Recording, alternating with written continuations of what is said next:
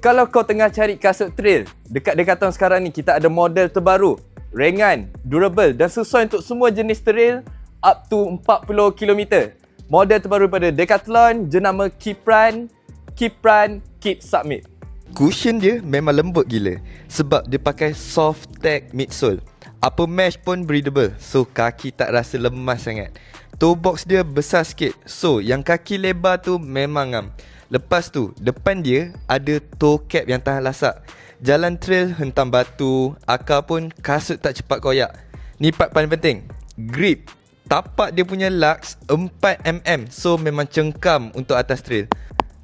Heel counter kat belakang dia tu keras sikit, jadi kaki akan jadi lebih lock in dan lebih stable untuk korang punya trail.